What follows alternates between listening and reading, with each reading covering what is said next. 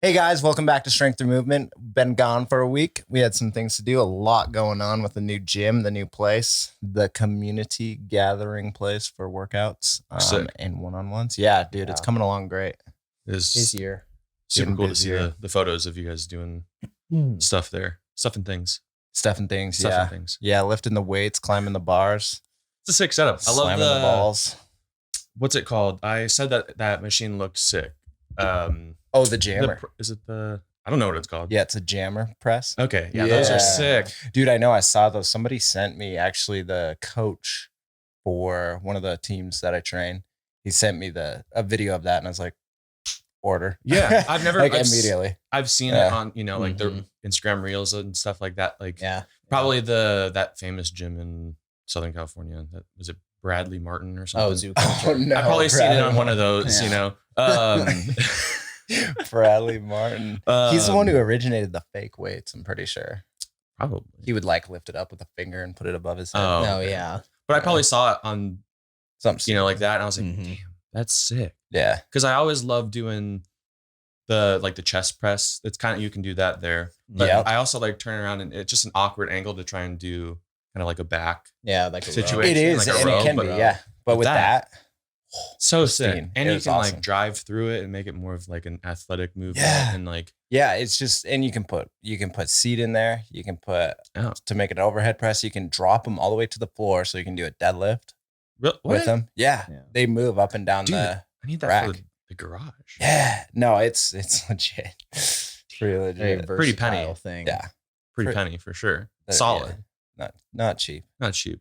Yeah. A very, very pretty penny then. Quick. Sorry if you can hear my dog crying in the background. I gave her peanut butter and she went through it already. So just a she- disclaimer. she I'll needs try and more. edit it out. She's I'd eat the whole jar type. Yeah. Yeah. Yeah. Anyway, so we wanted to talk about Tristan today, kind of introduce him and see where he came from, what he does, and why he loves what he does, and how he helps people. So, first of all, Tristan, where the heck you from, dude? Yeah. So I grew up. So right now, I don't know. I guess if people probably don't even know if we're in Coeur d'Alene, like Post Falls.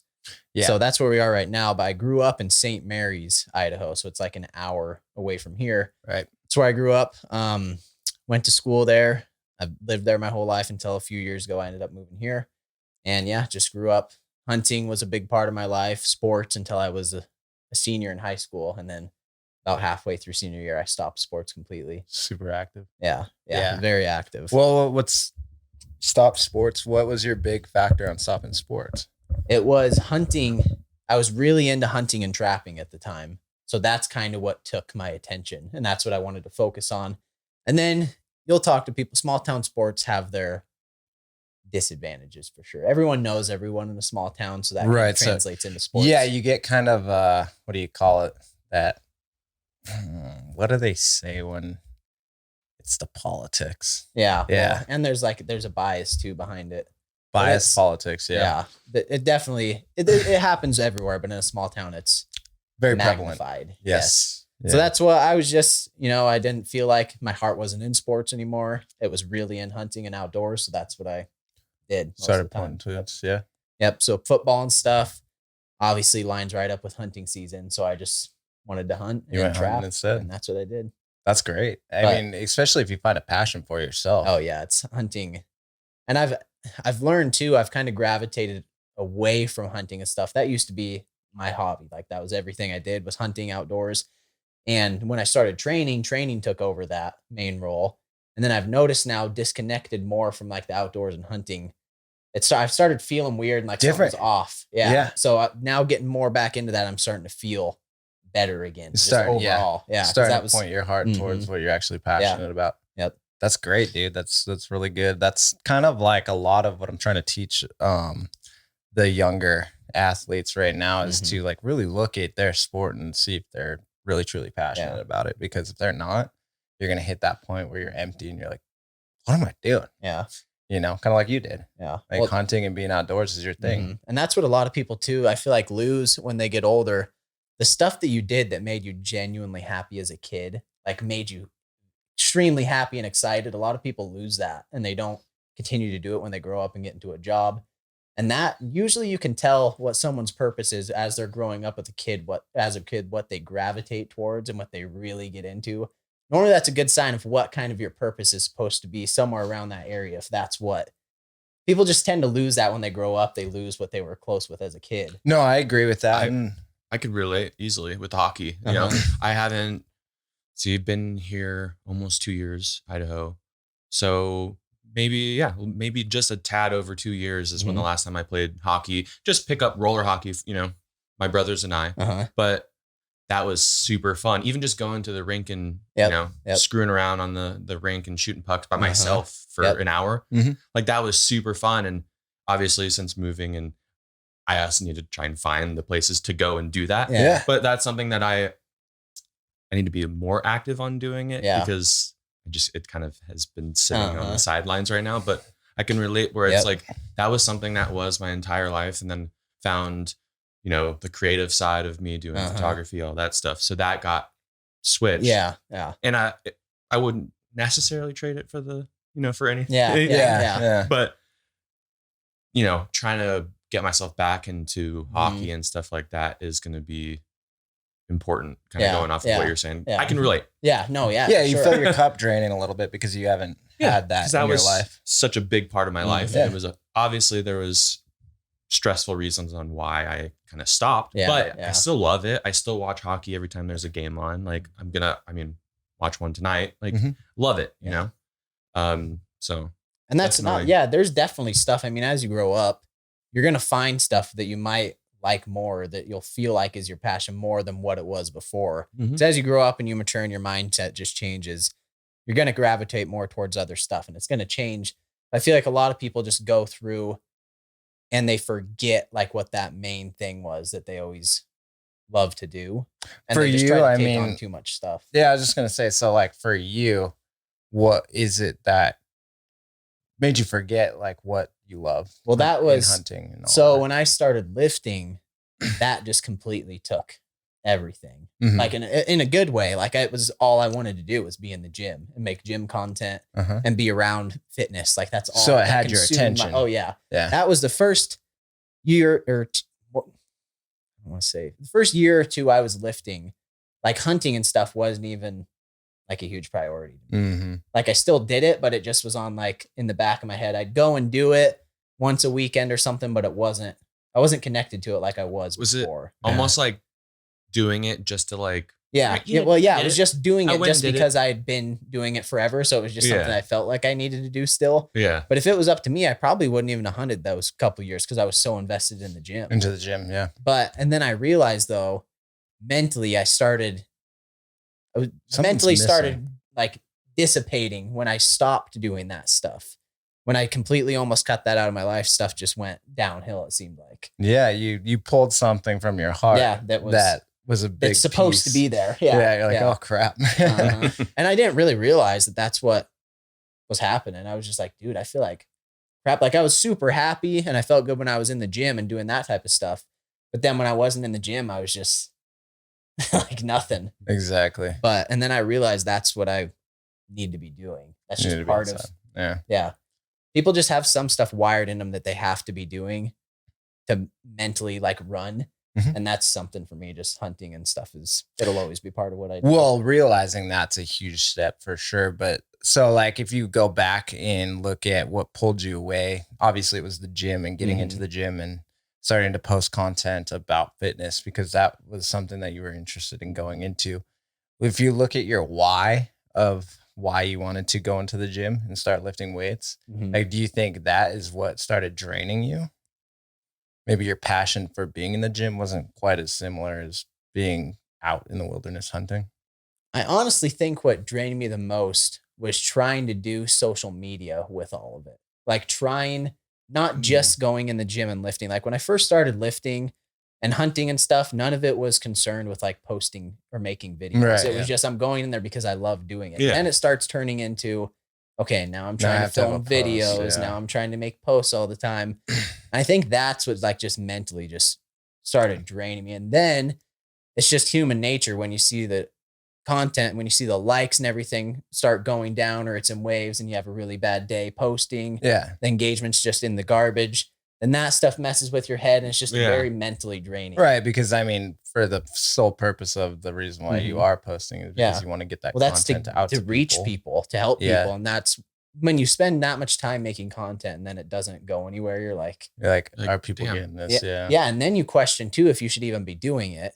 Because I've had conversations with a lot of people about this. Like, should I even be doing this still? Because it feels like it's not doing anything. Mhm. But I have learned now, after having conversations, you're posting that stuff. People are still watching it and they're still seeing it. Yeah. They might not interact with it, but people are still watching what you're doing. Mhm. And then I've had people that have reached out to me down the road and they're like, hey man, like you helped me with this or you got me into the gym. Yeah. So they were paying attention the whole Yeah. time, but they just might not engage with They it. might have not commented or Uh-huh. liked. One thing that I like to see on, certain things, just whether it's the band photos or my personal podcast or something, and I'll post something and it doesn't get the engagement that I want. Yeah. Sometimes even with stories, I think you can do it on regular posts as well, but you can look and see how many people saved it and sent it. Yep. So it's like, you might not get like a lot of, the views things, it varies, but like Mhm. likes and stuff, that's for the stories. But seeing that like, oh, well, the engagement looking from the outside doesn't look great. Yeah. But if you look on your, analytics on the back Mhm. end, whatever, you see it's like, oh, well, they sent it to 5 people. Mhm. Even though 5 is not a big number, whatever it might It's- be, yeah. even if it's 2, it's like, okay, well, people are sharing it. Mhm. They're valuing this information, and you might not necessarily know it, but Yeah. he's sending it to you and everyone, Yeah. just kind of. You're helping somebody. And If that's your purpose, I mean, Yeah. if you're trying to help somebody, you're helping somebody. And this was a big thing too. When I started lifting, I was going to school at U of I. I started lifting and I saw what you could do with social media and Mhm. how people were getting careers out of it. And I was just going to school because I felt like I should go to school. I wasn't going to school because I wanted to be there. So I eventually, Yeah. it took me a whole 2 weeks to drop all my I classes. might have done the same exact thing Yeah. with football. Yeah. I went to school for football. Yeah. That was pretty much it. That's What did you do in school? I played football. Well, I bet if you could take a guess of what I went to school for. Business. Yeah. That's what everyone goes to school for. With Me that too. don't know what they want to go. So did I. But I figured out pretty quick. It took me about, I would say, a month of being at school. I think I was there for a month or two before I just dropped all my classes. Started working at a construction company, moved in with my buddies, and just started posting content. And I knew where it could take you. Yeah. And I fell in love with fitness too. Long before that, I was lifting and stuff. But two, in the beginning, I was posting content and it was all about me. Like it was just me. Like I'm getting bigger, like the post progress photos and stuff, and the Yeah. content. And it's weird because you'll notice on social media stuff that's like very vain and people that are really about themselves.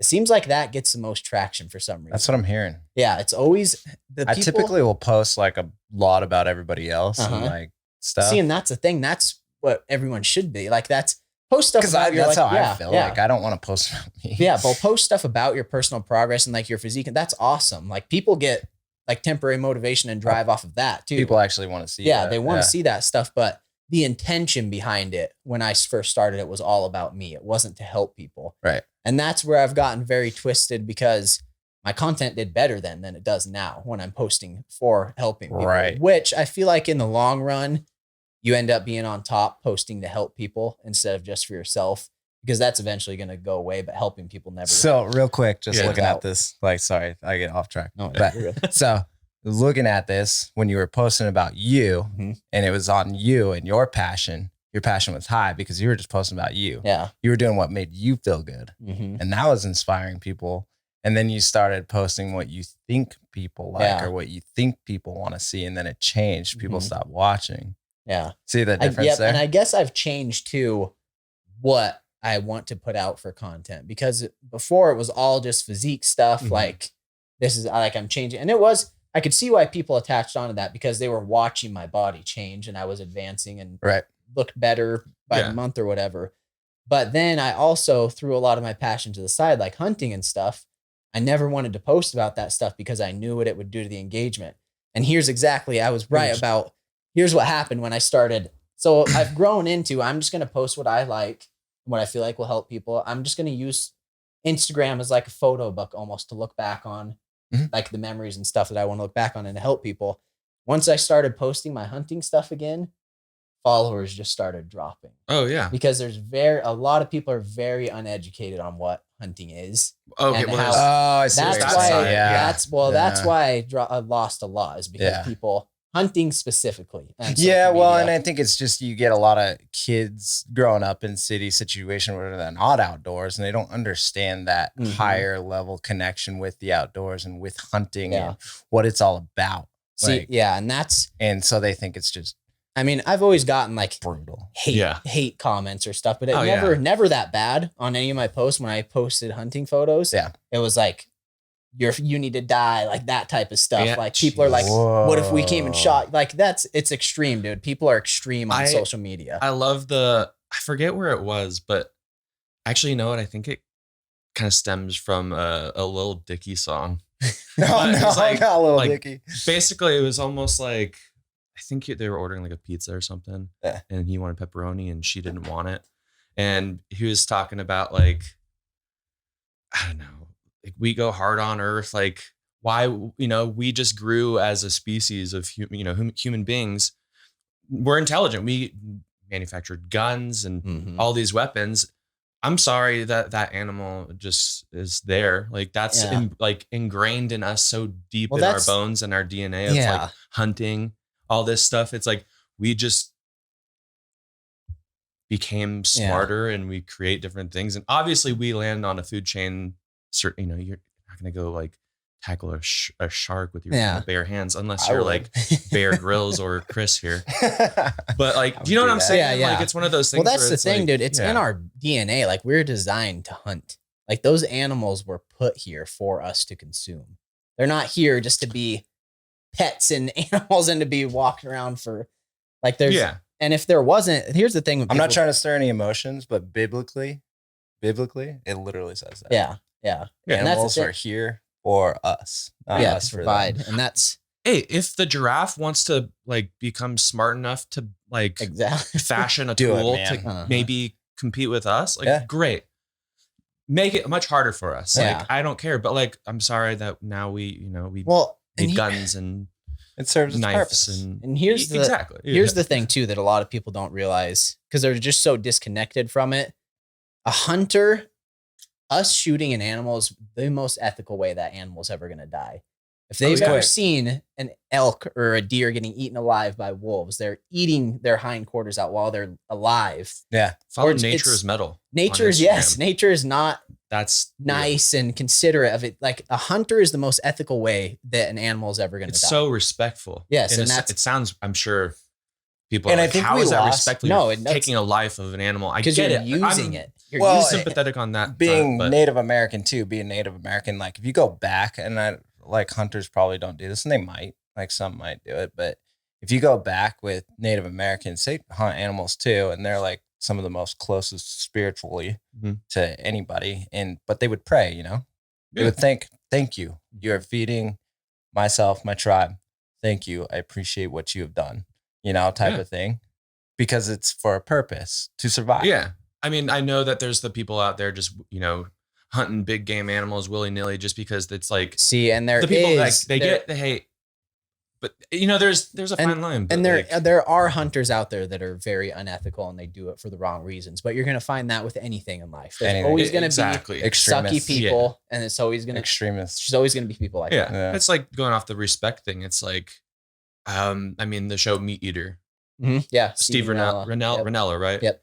Like I've seen episodes where like it's either their 100th kill or their first kill. It's like they almost stand there in shock or like start crying. Well, dude, because it's such an like powerful experience of like, tracking and all these things that you have to do that might lend you the chance to maybe get a shot. And then you worry about getting a proper shot that is more, right. And that's, it's great. There's all these different things. There's all these people don't think about this either. There's so many people now. Hunting is becoming a very popular thing, but only specifically in archery elk hunting, only about 10% of people are successful each year hunting. It's a very small margin too and what really drives me nuts is people that still eat meat. They'll go out and buy store-bought meat, but then they're completely against hunting because that makes no sense.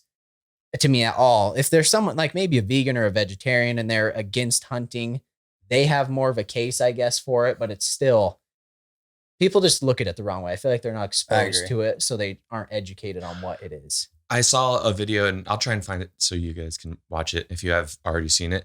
I think it was a Joe Rogan podcast. I would think it was Joe Rogan. Yeah, I don't know. Some dude, some bald dude that's apparently Does ripped, podcasts. but like, I don't know. Yeah. You actually don't know. I know who Joe Rogan is. No. Let's clarify. I do know who Joe Rogan Don't hit in the comments. I forget.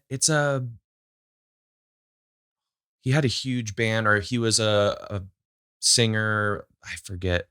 He does like hog hunting and out of a helicopter and stuff. I think, but Bear Grylls? No. I know. I mean, that's probably not wrong. Damn, Maybe not the I know music who you're part. talking about. But he was talking about tofu. He's like, if you like tofu and you don't eat meat, but you eat tofu, it's like you are killing way more Mm-hmm. than. I know who you're talking about. Yeah. Oh, I wish I knew the name. In the grand scheme of things. Because he was telling him, he's like, if I make, on my tofu land or whatever to make it, he's like, I have to kill this, and this. And I go through one round of this doesn't kill it, and I'm going through and doing this method, and I need everything to be dead. Yeah, Land this mice, goes back all to these people different not things. looking at the big picture. Yeah, you are killing a ton of things for your tofu. This is Yeah. I'm happy You know what I'm because talking about, Here's the right? thing: every vegetarian, people don't have common sense. That's what it comes For down sure. to. But every vegetarian, every vegan, everything that's on their bowl or that they're eating, it had to be farmed. It had to be grown. Pesticides had to be put down on that ground Yeah. to clear the land Yeah. and kill all those insects and kill all these. Like, it's just so, people just look at it on a different scale. Like, we're shooting an animal, and it's like, I don't know if it's because it's like a bigger animal and it has like more meaning to them or what it is that it's wrong. But here's the thing: humans are designed to eat meat. Like, we have to take that in to function properly. For a lot of reasons. Yeah, Hormones. Yeah. Leucine. I mean, all your There's a lot of things. essential. That, yeah. It's yeah. I could talk about it for hours because I know. you deal with a lot of people online that are they just don't know. They're Right. not educated on it. People are just oblivious to what it is. I wonder if it's, especially with the big game, if when we're young and, kids, we get like a bear stuffed animal or a lion stuffed animal, or there's the children's book of the lion, or, Wizard of Oz. There's was it the Cowardly Lion or something like that? I forget. But, they're cute, and, you grow fond of them. And obviously if you are born and raised in a It all becomes a situation. situation. See, and that's that you, I have a tough time. I'm not looking at it for someone else's perspective too, because I was raised in hunting.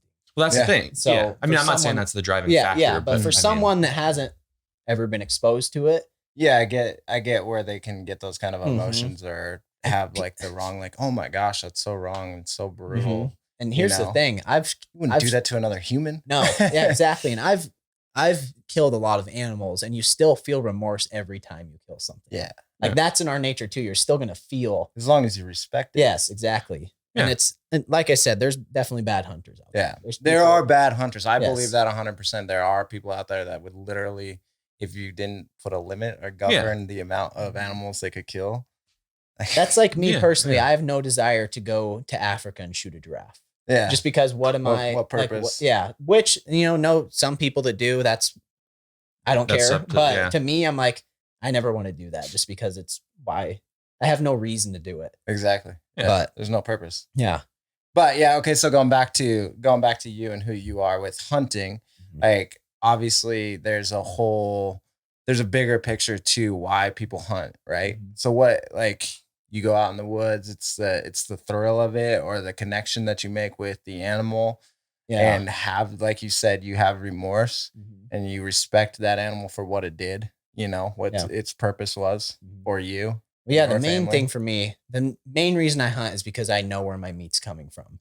When you go out and buy store-bought meat, you Who don't know knows? and I can tell you, I can contest to this, even buying like homegrown beef, like It's someone scary. just a local, it tastes completely different. It smells completely different when you cook it than store-bought beef. Exactly. And there's stuff, it's a challenge to have to hunt your food, it's just a different feeling. You respect it so much more when you're eating it. Yeah. And you cherish Oh, it yeah. way more than going to the store and buying it. Because I mean, you're going to the store, you hop in your car or whatever, and you drive there. Cool, pay for it. That situation of hunting, it's like there's a higher chance that you're coming back with nothing.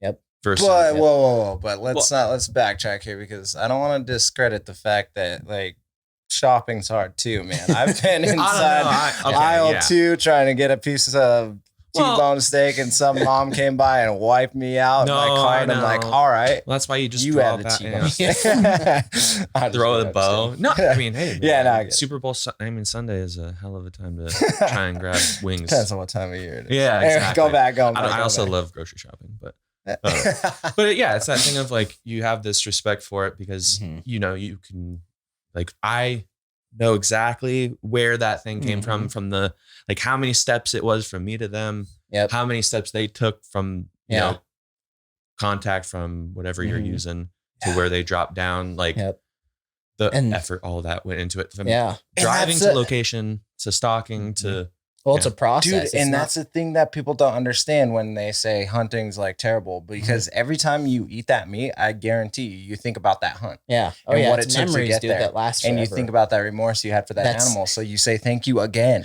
when you're eating. When you're eating it, you know, like you respect that you're so animal grateful. for what it is. I'm so grateful when I'm eating that to be able to eat that. And that's the thing too, since I've got into like lifting and stuff and looking at it, wild game venison is some of the highest quality, highest amount of protein, leanest meat you can eat. It's higher than chicken. When it comes to a health standard, absolutely. Elk is like 3 ounces. I want to say, this might not be exact, but I want to say 3 ounces, around 30 grams of protein and like 1 gram of fat. So it trumps any store-bought meat really you can buy. Yeah. It's insane, dude, how good it is for you. And I believe it's good for you because it's what we were designed to eat. Exactly. It's not something that's... And it's funny because people will say like, oh, it's so gamey, I don't like the taste of it. But it's because they've been, or waited too long. Or you're used to eating pesticide-filled meat. Exactly. That's what I was going to say. That's what I was going to say. So you're so used to this stuff that you're not even supposed to really probably put inside of your body. And your body, if you eat that meat, I bet you for a week straight, it'll start craving it. And that taste will be like, Oh yeah. Well, I mean, kind of going back to like how we've grown as a species and we've, you know, been able to start our own, you know, language and, you know, technology, all these things. It's also like with that, we've changed our diets and we've gone into the processed foods. So yeah, no wonder, like, even if that, you know, venison or whatever is cooked amazingly, the average person is gonna be like, ew, give me that fake stuff. So like we've had that change over thousands of years of that or whatever. Of that, whether good or bad. Dude, and it's funny. I just saw a picture actually the other day. I want to say it was in the 70s. It was a picture of a public beach that was completely popular. No, you didn't share it. I thought you might have shared it, but a populated beach, and there was not one obese person in sight. And then it showed a picture on the same beach today. And I mean, we know how many people are overweight in the country. It's absurd. That just shows you it's the food and it's the lack of ambition and what's being fed into our minds. Social media. Yes, exactly. It's on social media. Yeah. That's exactly it. That's like where it stems from. And that's where I think they cut the line of like who should be talking to where, you know, like, and that's where social media gets out of hand, is because you do got all these different types of people who've gone through different experiences and have different opinions, and they just put them all up there and it just starts clouding everybody's mind. And this is where I think social media is destroying again. I'm not totally against social media. No, there's I say this every you can do podcast. very good things with social media, but it's a huge part of the world now. So it's like, if we're having a conversation right now, there's things that I'm going to think about saying out loud. There's things that I'm going to be like, you know, I'm not 100% certain about that, to where on social media, somebody just throws their opinion because they're like, there's no repercussions. There's no repercussions. Yeah. Somebody else types another thing, and it doesn't. That's why it's so important to have like, get outside, go outside, or just please. like conversation. Go live your life. I think I've said it on one of the podcasts we've done. It's like, I like podcasts. It's awesome doing this because I mean, I have my solo one, and that's sometimes I talk to people. I mean, we did too, and it's the conversation. Like, even if it's over Zoom or something, and whatnot, but like looking at you in person and talking, it's nice. It's not enough people do it.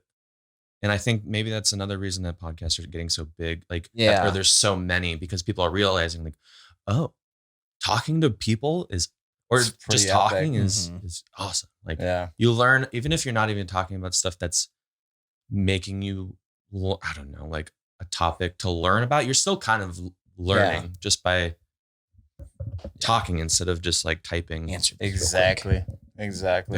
And that's another thing. So like with hunting and that exact topic right there, I think a big thing that I love about Tristan's direction that he goes and follows his passion in hunting is his outdoor program that he's getting going right now. And that's him getting people to start working out for hunting. You know, like what it takes. Like we're going to spend a day out in the woods, rucking, you know, up and down a hill. And we're going to spend a day in the gym working our HIIT training, trying to get our heart rate up and back down, and strength training for those rucks. And and then honestly, like with bow hunting, like to be able to be out of breath or like be able to accurately shoot your bow. And that's kind of his thing that I love as well. Him sharing his passion. Yeah. And that's fitness. That's the thing too. Dude, not everyone is going to be a hunter. No. Like you don't expect that wouldn't work anyways. That'd be way too many, but not everyone's going to go out and hunt. That's why there needs to be hunters though, to provide for people that don't. Yeah. And that's what I think we need to get back to that. Just the homegrown, like your hometown farmers and stuff, and eating that. Something needs to change with what's being fed to people right now, or what people are consuming.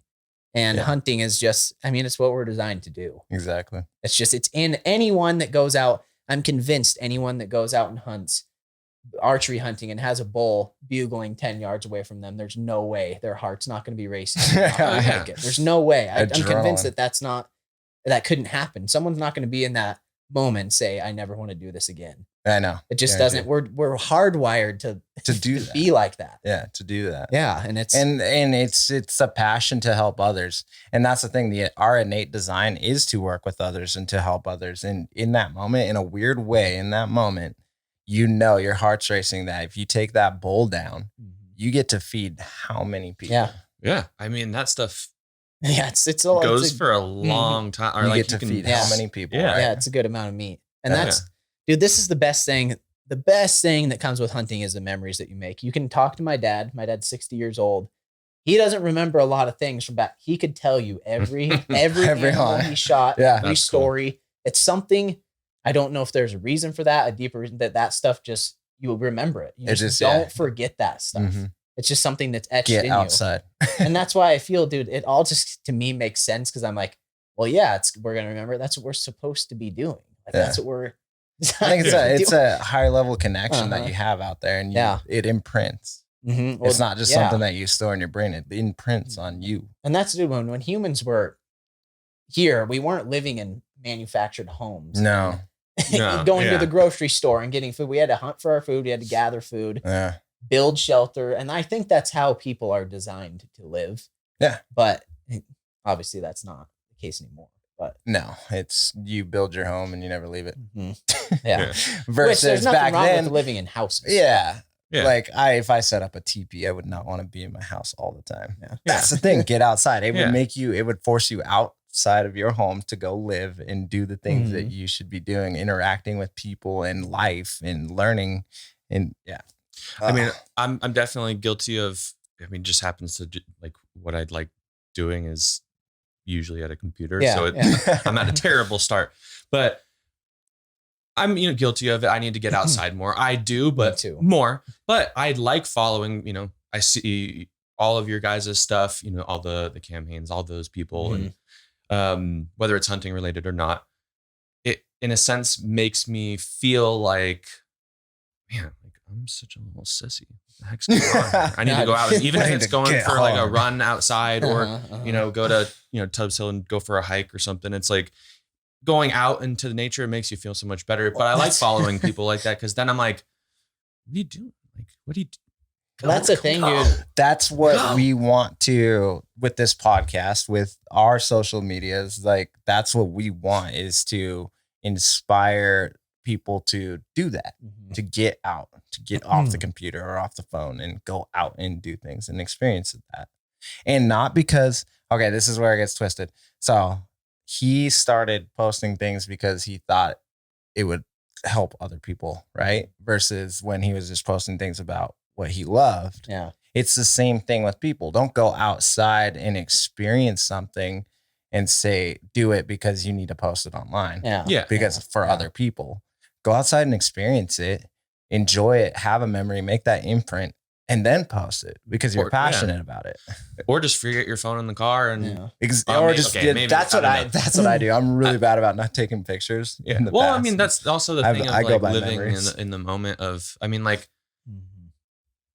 as an example, you know, going to a San Jose Sharks hockey game, like I see the people taking photos, and I'll take a photo maybe right when I get there because it's a wide angle shot and it's awesome. Yeah. But like I'm zoned in, like I'm watching. Yeah. I'm like, this is sick. Like, oh, like someone's doing the trivia thing. Like I'm trying to find, you know, like instead of just like, oh, okay, cool. Like let me take a picture of that or something. And like, then you just miss a whole chunk. Or you're like trying to get a song you want.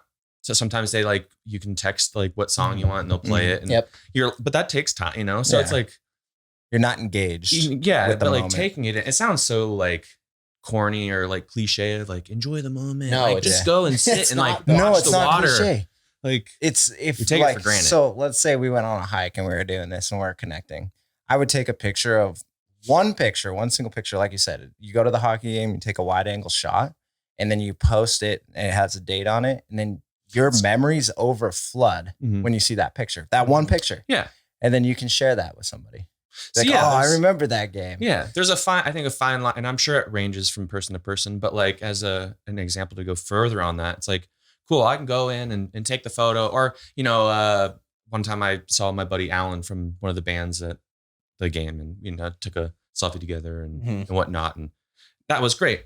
I look back at that photo and it's a memory. I remember that and all the that little moments. Yeah. But there was a time when I was able to start doing Reels bonuses. Oh, yep.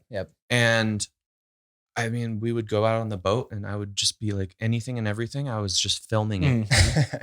Yeah. There was one that got like over like 35,000 views.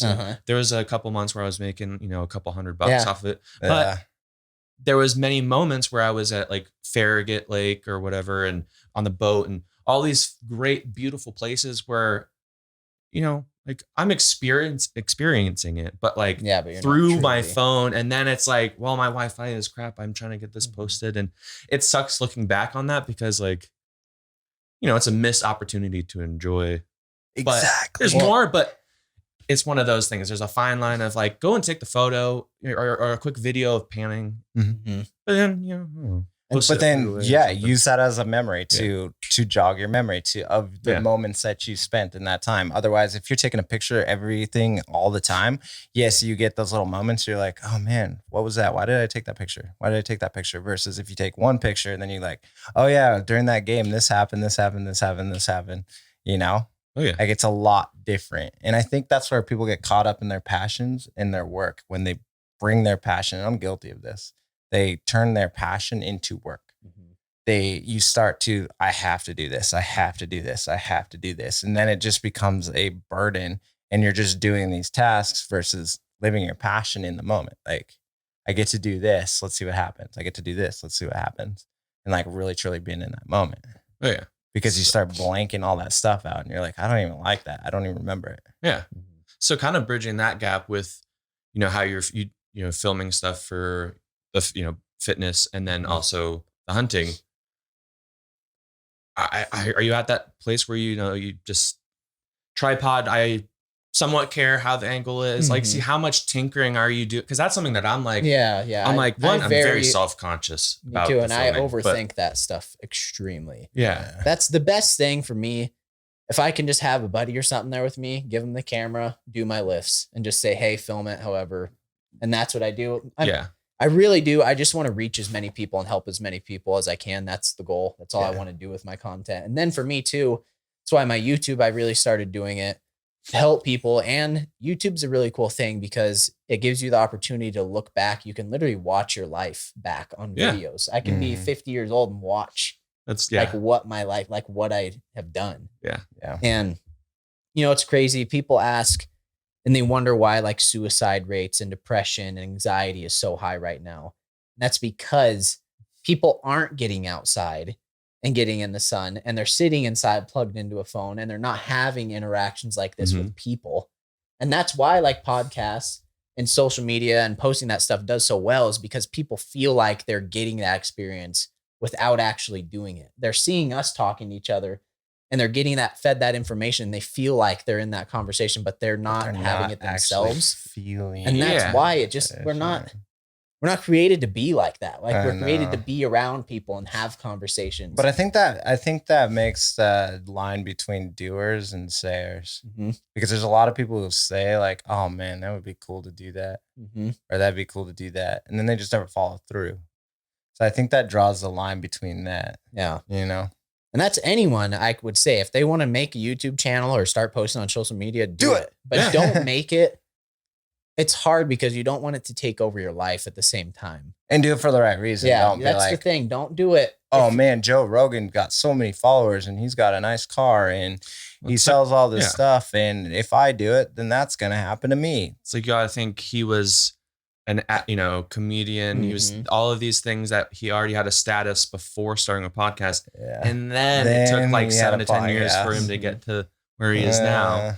And now it's changing into this whole other animal of, he's like in the zeitgeist of the world, I guess, with anything. And that's so another thing for people. Pressure. Yeah. If you want to start a YouTube channel or whatever, social media, don't do it for money, because here's the thing. People that start off doing something for money, they might make a lot of money, but they're going to be miserable because it's not what they want to do. Yeah. If you're doing something just chasing after money, you're not going to be fulfilled. You're going to have you might have a lot of money, but you're not going to be happy.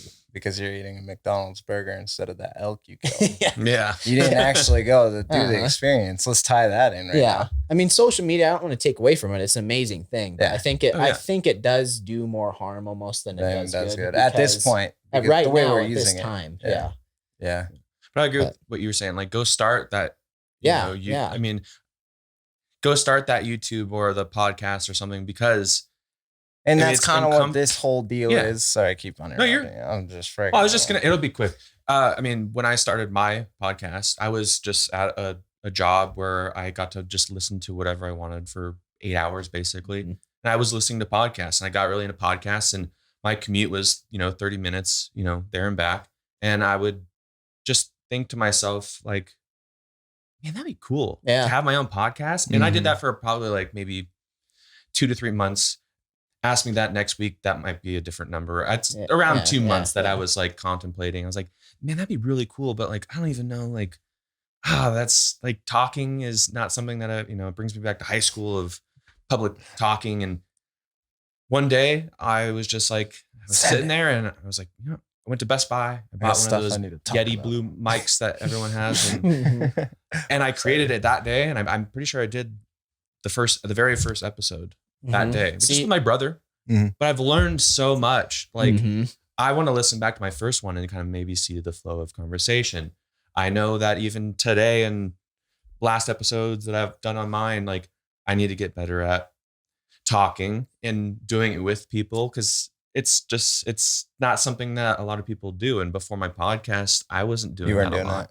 And as I keep talking way longer right now, I've learned to be a better listener. Both.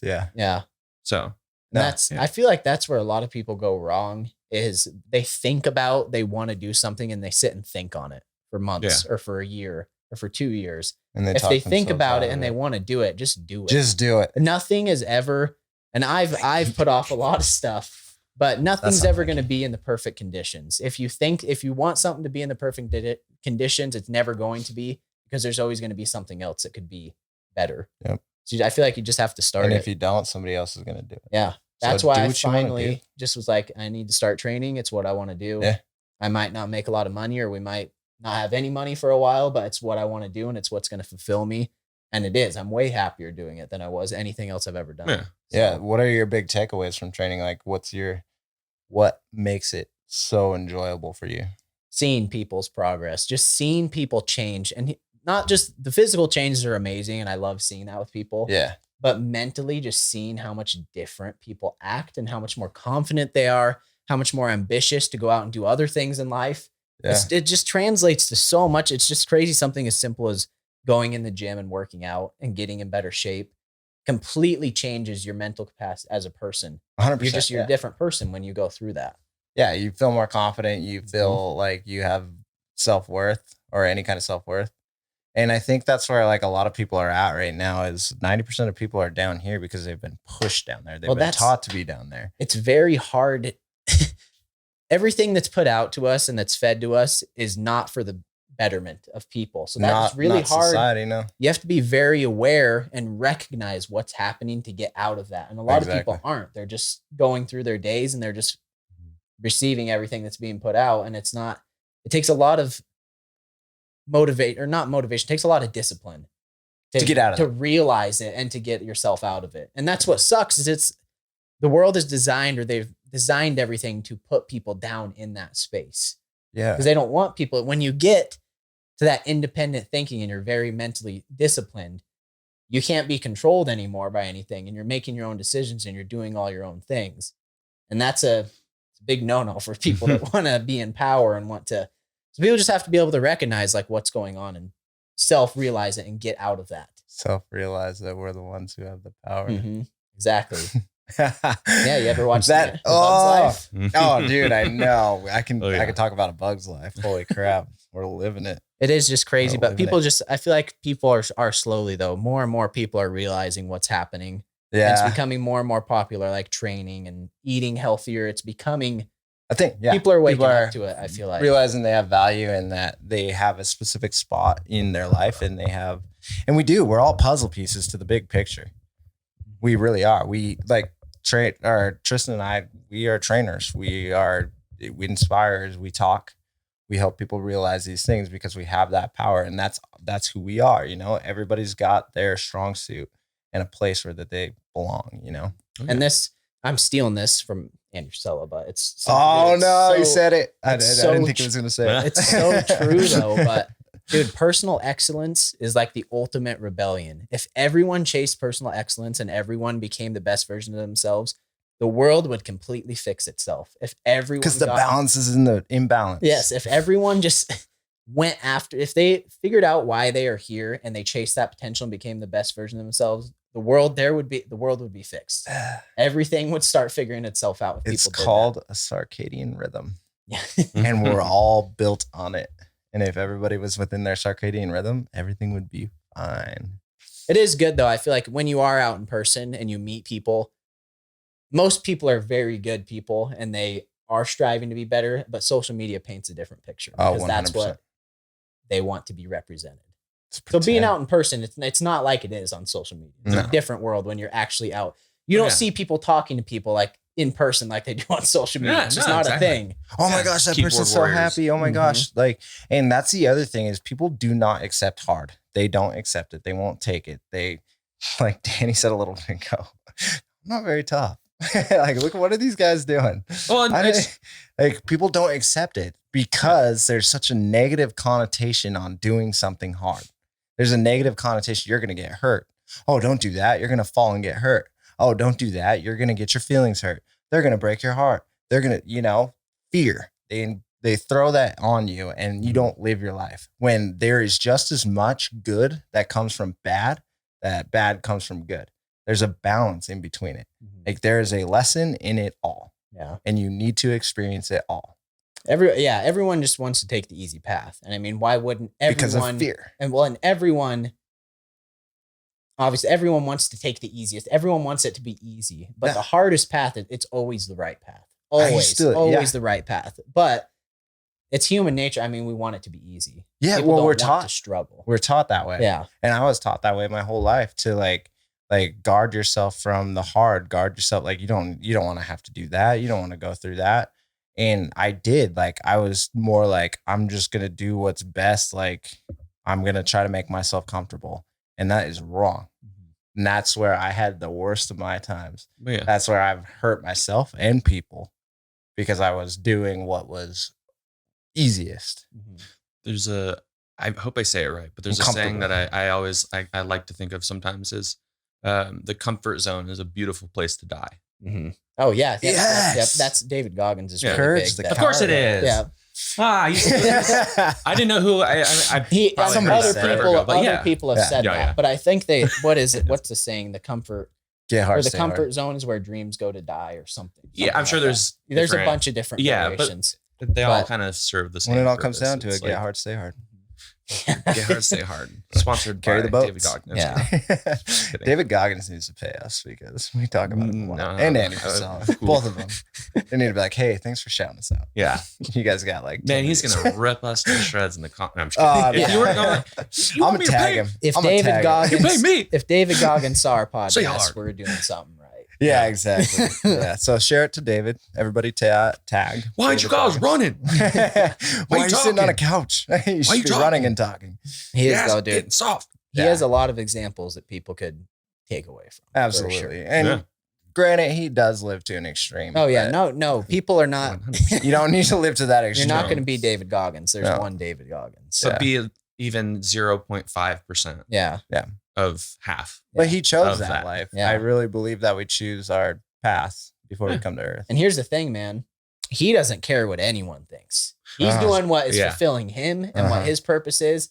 And to other people, that might look like complete idiocy. I But like to to him, be uncomfortable. that's what he That's does. what drives That's me. what he feels like he needs to do. The opposite. People I'm will the look at same him way, and be though. like, I'm sure even people with, you guys, they're probably like, I'm the you guys same are way, crazy. though. So it's like, If I'm then a- you look at the person that's Dude. waiting in line at McDonald's, you're like, you're 400 pounds. Why Yeah, are you yeah. in line there? No. Fuck are you eating? Yeah. First F-bomb of the podcast. Ooh. Do you got a bleeper? I Do you got one of I those can bleep bleeper it out. buttons? can bleep it. Oh no. No, you're fine. I'm sorry. No, you're fine. But seriously, why are you No, at no, you're McDonald's?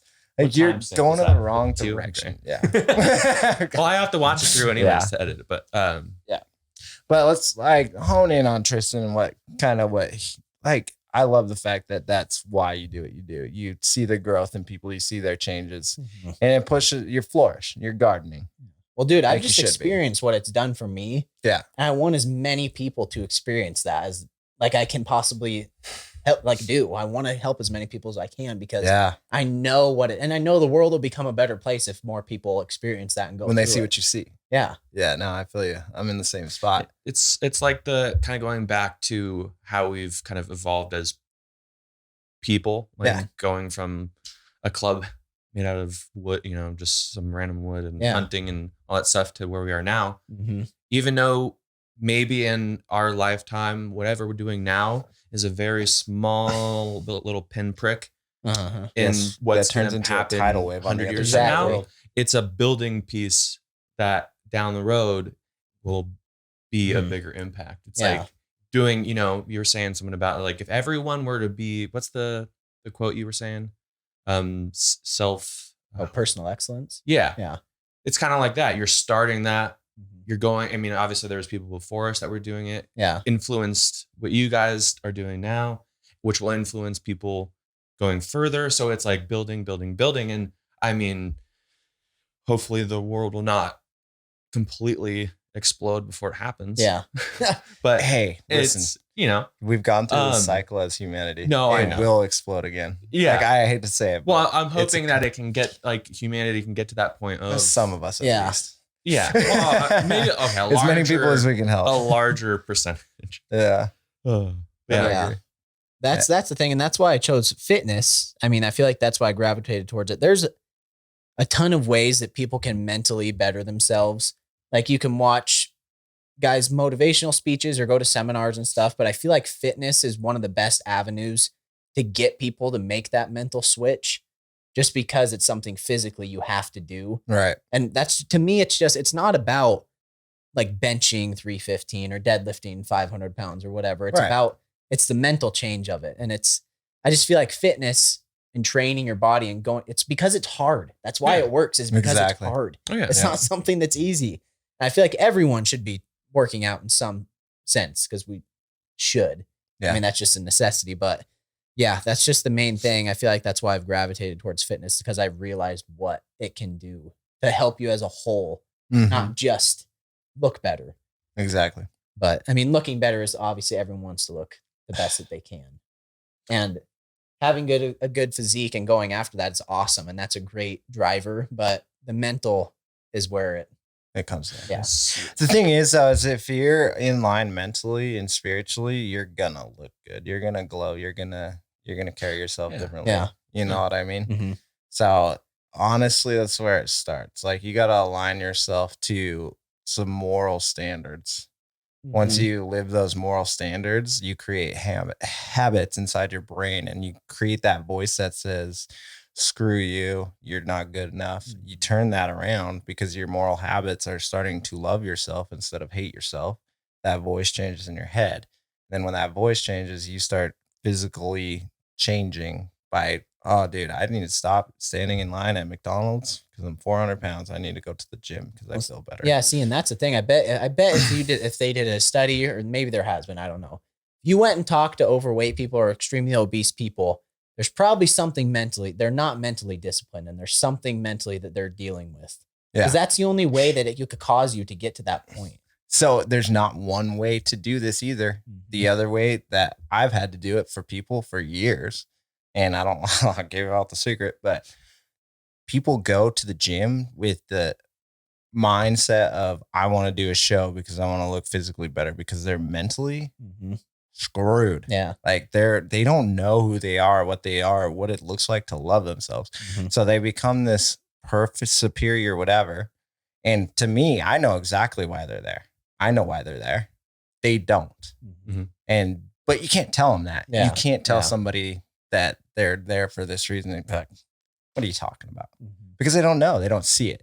So once they start going through the process and you ask them, like, okay, why did you want to physically get better? Do you feel better now mentally because you hit your goal?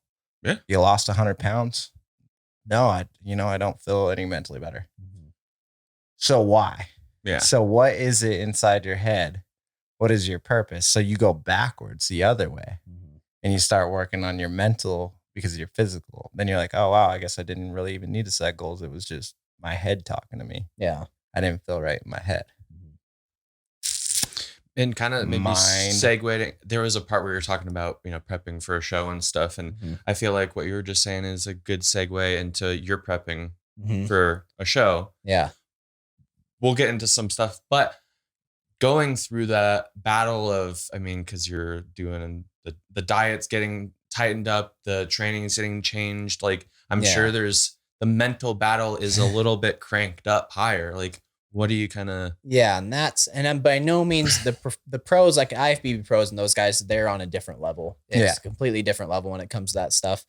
Yeah, but for me, when you restrict your diet like that, it's going through a prep has been, and you went through one too. It's been, to me, is like one of the most mentally excruciating things you can do, because our body runs off of fuel, off of food. Yeah. And when you're restricting it to get to those low body fat percentages, your mind just it doesn't think as clearly as it used to. You're very easily agitated. And you just don't have the energy anymore. Like when you're used to being able to eat 3,000 calories a day and you're restricting that down to 1,500 calories. Yeah. And that's why I like it. And that's why I like getting ready for a show, is because of the mental challenge of it. And it is awesome. It's amazing to see how much our bodies can change just from little things, tweaking sodium intake and carbs right before you step on stage, and water intake. It's just, it kind of gives you a sense of self-control. Yeah. Our bodies are insane. Yeah. Insane what they can do.